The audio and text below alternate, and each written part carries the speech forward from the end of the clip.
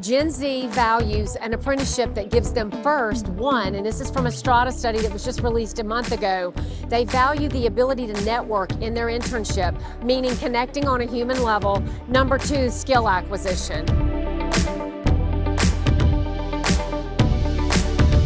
South Carolina is a largely rural state, and so a lot of times there might be manufacturers in your back door, but if you are struggling with poverty or don't have transportation, you know what is within your radius of your house and whether it's a place of work or whatever you're doing. So a lot of the challenges that exist are, what is the quality of the education in that rural community? Because they struggle to try to get good, qualified teachers. They're doing their best, and we do have good teachers in South Carolina. But not only that, it is, are they finding the work and do they know? And a lot of times young people, their world is their parents or their parent.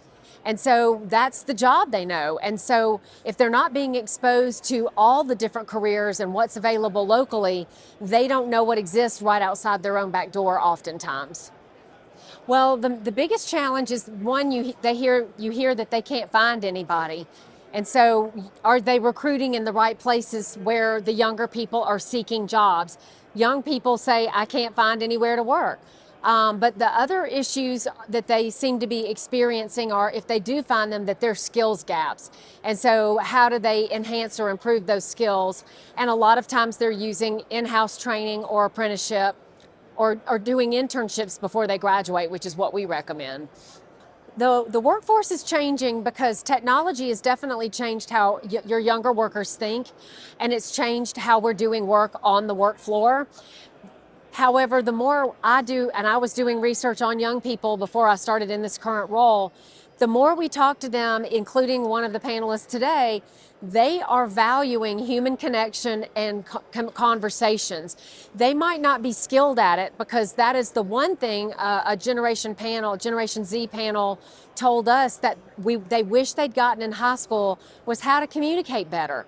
So even with all of the technology which we use to help make our lives easier and to better connect, once we connect, they need to know and need help and guidance on how to make that happen face to face, and they're not as confident in their communication skills as perhaps you or I would have been.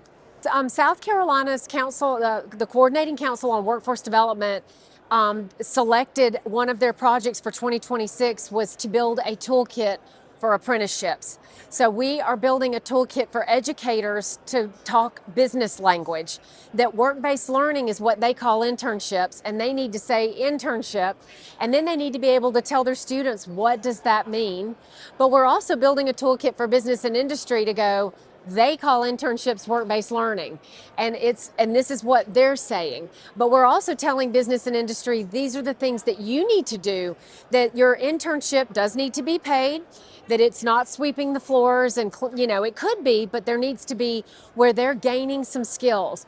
Gen Z values an apprenticeship that gives them first, one, and this is from a Strata study that was just released a month ago, they value the ability to network in their internship, meaning connecting on a human level. Number two, skill acquisition. So those two things are very important, and business and industry need to be mindful and thoughtful about how they're going about designing and developing their apprenticeships to be successful and hopefully retain that person once they graduate, whether from high school or college. What I say about South Carolina is we have pockets of brilliance. And yes, there's so many examples of people doing some really creative and wonderful things. One example I loved was they're very intentional about internships in Spartanburg, South Carolina, and they were talking about placing some students in a local hospitality group, and the kids were like, I don't know that I want to do hospitality. They just didn't know what the jobs were. And I think people think in hospitality is that bussing tables, is that food prep. Yes, it might be, but there's also accounting, marketing, social media, and customer relations.